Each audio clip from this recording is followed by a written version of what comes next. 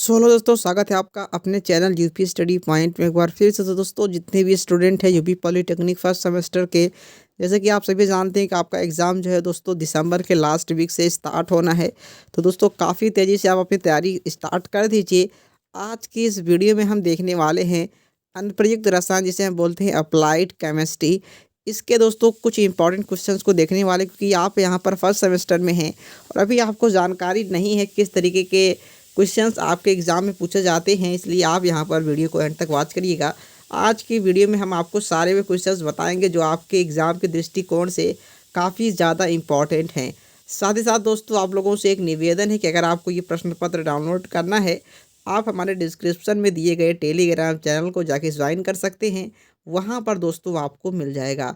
बाकी चलिए स्टार्ट करते हैं। और अभी दोस्तों इसके बाद एक वीडियो और आएगी अप्लाइड केमिस्ट्री के लिए, जिसमें मैं आपको वो सारे क्वेश्चंस का दोस्तों आंसर बताऊंगा, जितने भी क्वेश्चंस आपके अप्लाइड केमिस्ट्री के मोस्ट इंपॉर्टेंट हैं। तो आप ज़रूर से दोस्तों हमारे साथ जुड़े रहिएगा। चैनल पर नए हैं तो सब्सक्राइब जरूर से कर लीजिएगा, जिससे कि जब भी मैं वीडियोस को अपलोड करूं, नोटिफिकेशन आपके पास चला जाए। तो चलिए दोस्तों स्टार्ट करते हैं। यहाँ पर आप देखिएगा, पहला जो आपका खंड है, इसमें लिखा हुआ है कि निम्न में से किसी 10 भागों के उत्तर दीजिए। इनमें से आपको कई क्वेश्चन पूछे जाएंगे, लगभग यहाँ पर आप देख सकते हैं 12 पूछे गए हैं।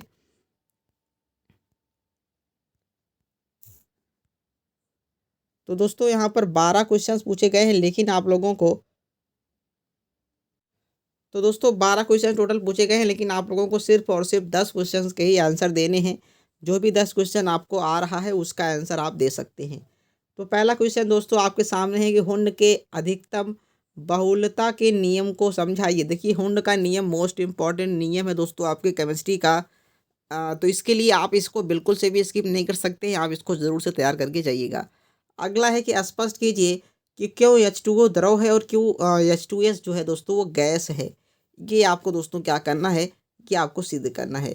अगला आप लोगों को बताना है कि HCl एक सहसंयोजी यौगिक है, किंतु यह विद्युत का सुचालक नहीं है, क्यों? इसको बारे में आपको कारण सहित बताना है। अगला है, निम्नलिखित में से किसका आकार सबसे बड़ा होगा? N3 - O2 या फिर C4 या फिर F-। इसमें से चारों को आपको बताना है कि इनमें से कौन सबसे बड़ा होगा। अगला है दोस्तों कि एक धातु का नाम लिखिए जो वायु में संचारित नहीं होती है। उस धातु का आपको नाम लिखना है। देखिए, ध्यान से देखिएगा, धातु के बारे में बात किया जा रहा है, तो उसी धातु का नाम दोस्तों आपको बताना है जो वायु में संचारित नहीं होती है। संचारित नहीं होती मतलब उसमें कोरोजन का यहाँ पर कोई भी मतलब कि प्रभाव नहीं होता है। अगला है, किसी इलेक्ट्रोड के EOP और ERP में क्या संबंध है, ये बताना है।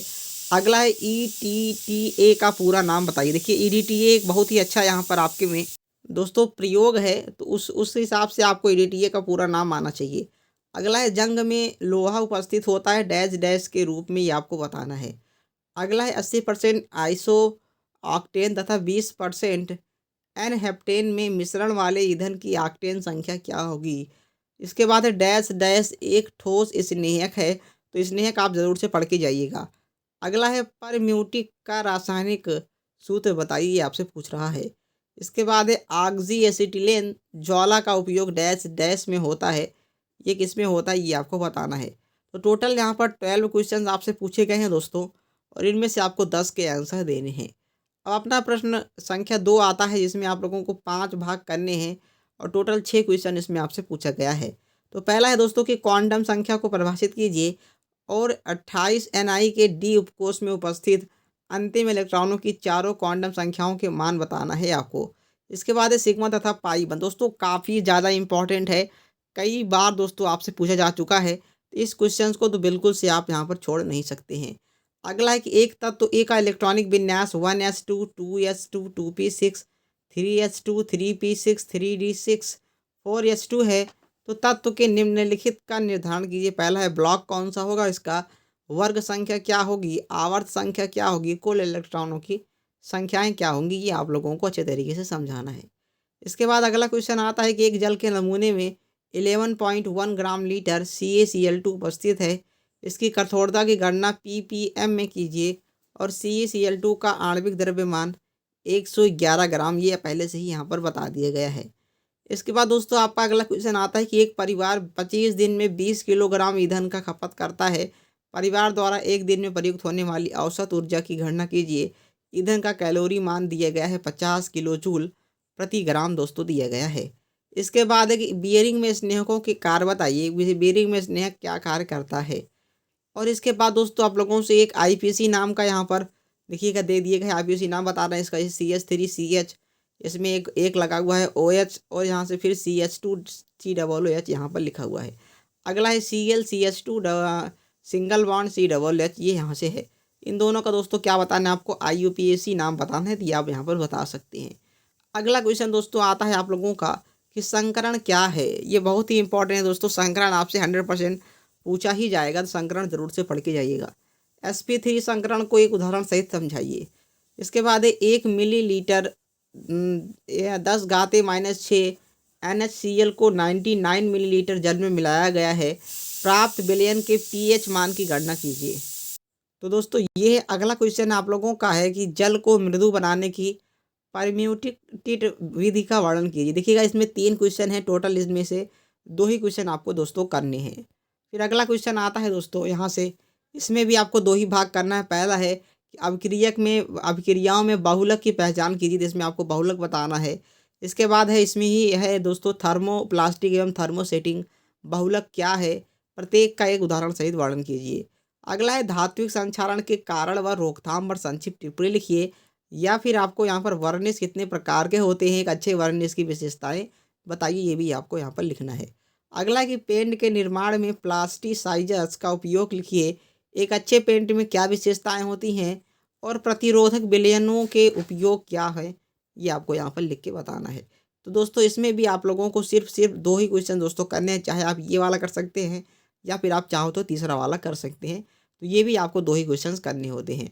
फिर अगला आता है दोस्तों, और इसमें भी आपको 2 ही क्वेश्चन करने हैं।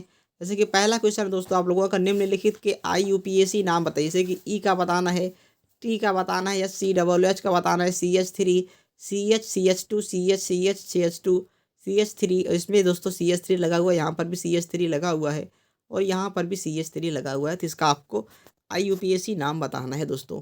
अगला क्वेश्चन है कि CH3C CH2 C double bond O single bond CH3, यहाँ पर दोस्तों OH लगा हुआ है और यहाँ पर भी सिंगल बॉन्ड से CH3 लगा हुआ है। ये आपको यहाँ पर बताना है इसका IUPAC नाम।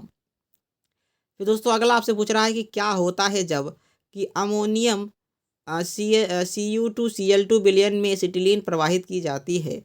अगला है कि लगभग 2000 वायुमंडल दाब पर एथीन को 200 अंश सेल्सियस तक गर्म करते हैं। या फिर दोस्तों एल्यूमिनियम कार्बाइड की जल के साथ क्रिया कराई जाती है, इसके बारे में आपको बताना है। नेक्स्ट क्वेश्चन है कि सोडियम टालुएट को सोडा लाइम के साथ गर्म किया जाता है तो क्या होता है। सूर्य के प्रकाश की अनुपस्थिति और लोहे की उपस्थिति में बेंजीन क्लोरीन के साथ अपक्रिया करता है तो क्या बनता है, ये आपको बताना है। तो दोस्तों ये क्वेश्चन भी आप कर सकते हैं। अगला क्वेश्चन है दोस्तों कि संक्षिप्त टिप्पणी लिखिए। पराक्साइड प्रभाव क्या होता है या फिर बहुलीकरण क्या होता है, इन दोनों पर टिप्पणी आपको यहाँ पर लिखना है। तो दोस्तों टिप्पणी का एक क्वेश्चन 100% आता ही आता है, तो इसको भी ज़रूर से तैयार करके जाइएगा। तो ये आपके दोस्तों कुछ क्वेश्चंस हैं जो आपको पढ़ने हैं। बाकी दोस्तों आप लोगों को इनका सॉल्व भी जल्द से जल्द मैं प्रोवाइड करने वाला हूँ, इसके लिए चैनल को सब्सक्राइब कर लेंगे।